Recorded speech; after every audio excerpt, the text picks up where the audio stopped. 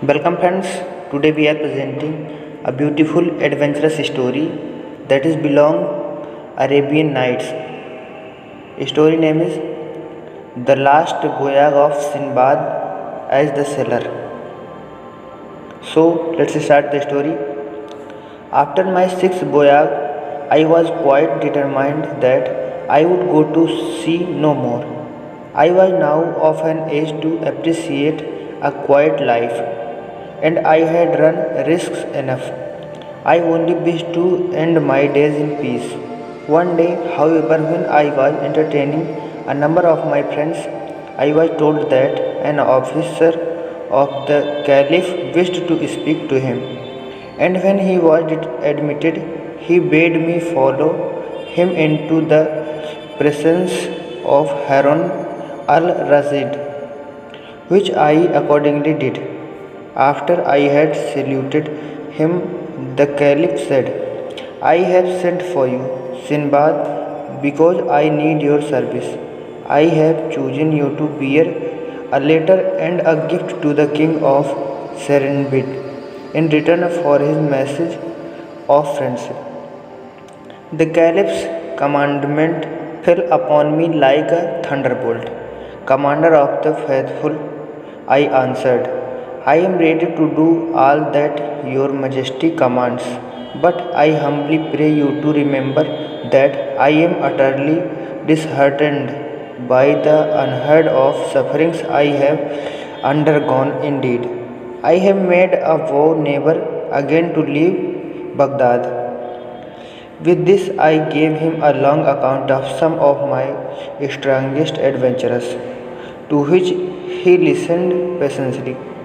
I admit, said he, that you have indeed had some extraordinary experiences, but I do not see why they should hinder you from doing as I wish. You have only to go straight to Serendib and give my message. Then you are free to come back and do as you will. But go you must. My honor and dignity demand it. Seeing that there was no help for it, I declared myself willing to obey, and the Caliph, delighted at having got his own way, gave me 1,000 sequins for the expense of the voyage. I was soon ready to start, and taking the letter and the present, I embarked at Balsora and sailed quickly and safely to Serendib. Here, when I had disclosed my errand, I was well received and brought into the presence of the king, who greeted me with joy. Welcome, Sinbad, he cried. I have thought of my often and rejoice to see you once more. After thanking him for the honor that he did me, I displayed the Caliph's gifts. First, a bed with complete hangings, all clothes of gold, which cost 1,000 sequins, and another like to it of cremon stuff. 50 robes of rich embroidery, 100 of the finest white lines from Cairo, Suez, Kufa, and Alexandria. Then more bed of different fashion, and a azet vase carved with the figure of a man aiming an arrow at a lion, and finally a costly table, which had once belonged to King Solomon. The king of Serendib received with satisfaction the assurance of the Caliph's friendship toward him, and now my task being accomplished, I was anxious to depart. But it was some time before the king would think of letting me go. At last, however, he dismissed me with many presents, and I lost no time in going on board a ship, which sailed at once, and for 4 days all went well. On the fifth day, we had the misfortune to fall in with pirates, who seized our vessel, killing all who resisted and making prisoners of those who were prudent enough to submit at once, of whom I was one. When they had despoiled us of all we possessed, They forced us to put on vile raiment and sailed to a distant island. There sold us for slaves. I fell into the hands of a rich merchant who took me home with him and clothed and fed me well.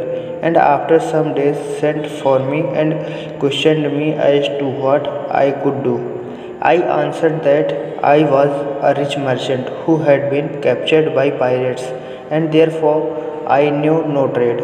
Tell me, said he, can you shoot with a bow? I replied that this had been one of the pastimes of my youth, and that doubtless with practice my skill would come back to me. Upon this, he provided me with a bow and arrows, and mounting me with him upon his own elephant, took the way to a vast forest which lay far from the town. When he had reached the wildest part of it, we stopped, and my master said to me, this forest swarms with elephants. Hide yourself in this great tree and shoot at all that pass you. When you have succeeded in killing one, come and tell me. So saying, he gave me a supply of food and returned to the town. And I perched myself high up in the tree and kept watch.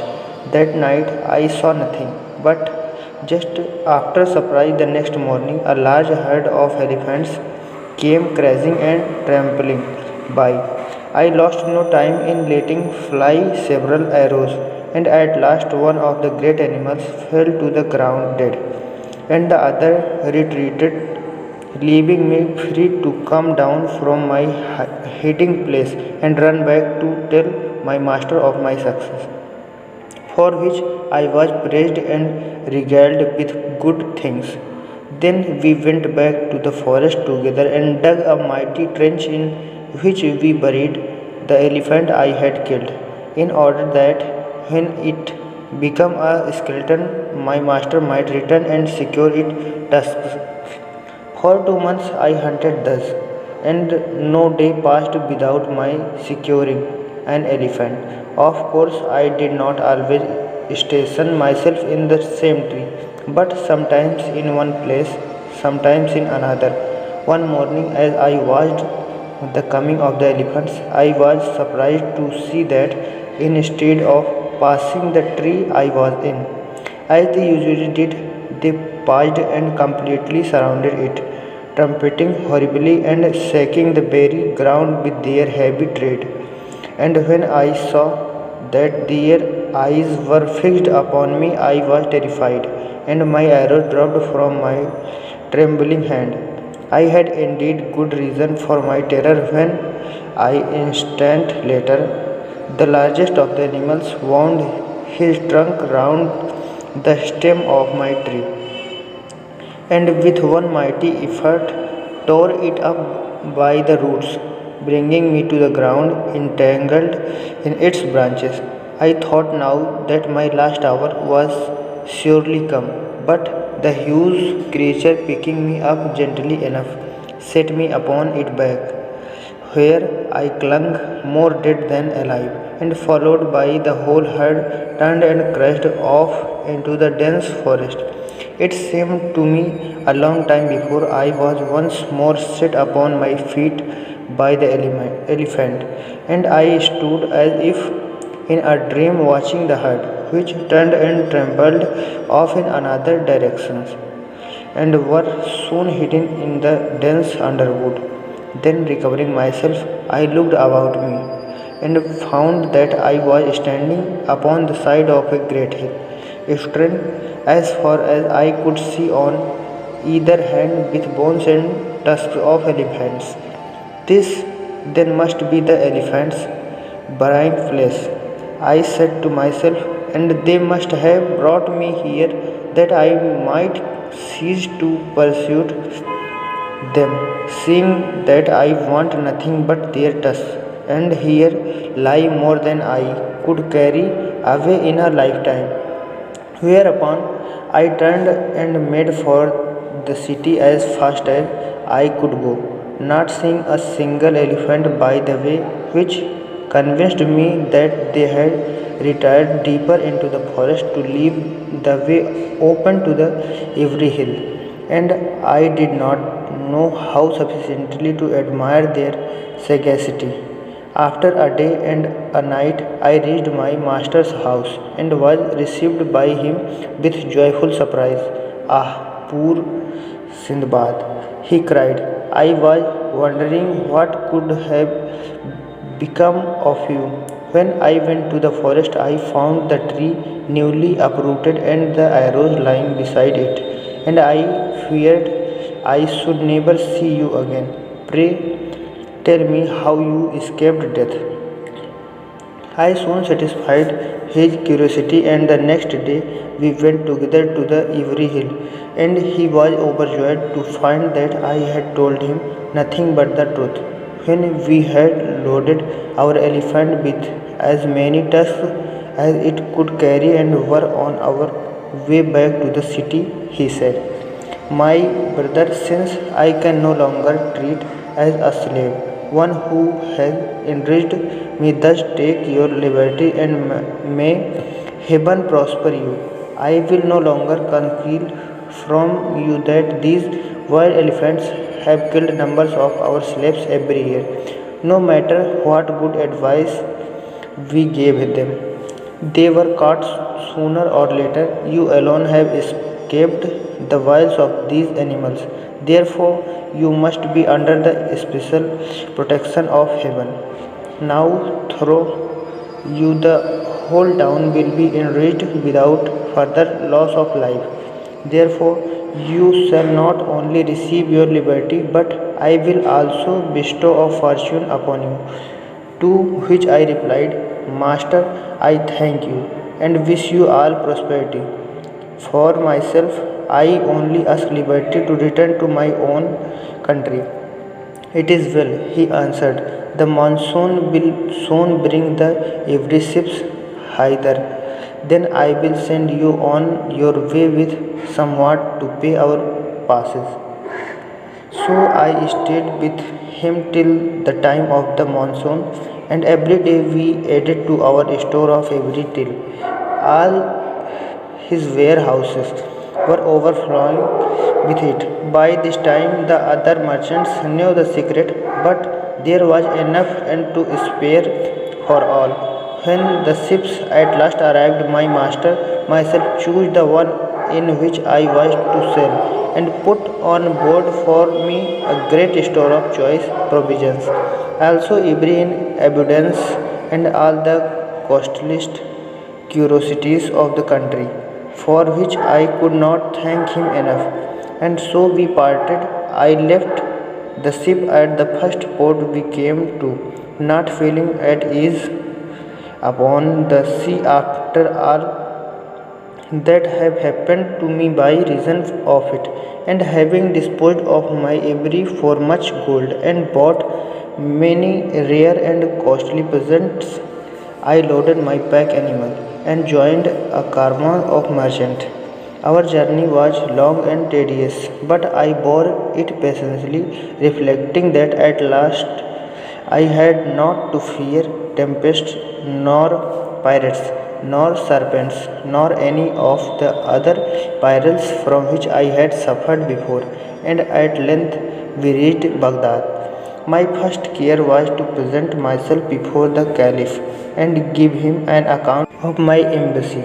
He assured me that my long absence had disgusted him much, but he had nevertheless hoped for the best. As to my adventure among the elephants, he heard it with amazement, declaring that he could not have believed it had not my truthfulness been well known to him. By his order, this story and the other I had told him were written by his scribe in letter of gold and laid up among his treasures. I took my leave of him, well satisfied with the honors and rewards he bestowed upon me, and since that time I have rested from my labors and given myself up wholly to my family and my friends. Thus Sinbad ended the story of his seventh and last voyage, and turning to Hindbad. He added, "Well, my friend, and what do you think now? Have you ever heard of anyone who has suffered more or had more narrow escapes than I have? Is it not just that I should now enjoy a life of ease and tranquility?" Hinbad drew near and kissing his hand respectfully replied, "Sir, you have indeed known fearful perils. My trouble have been nothing compared to yours. Moreover, the generous use you make of your wealth proves that you deserve it. May you live long and happily in the enjoyment in it." Sinbad they gave him 100 sequins and henceforward counted him among his friends. Also he caused him to give up his profession as porter and to eat daily at his table, that he might all his life remember Sinbad the sailor. That's it. Thank you.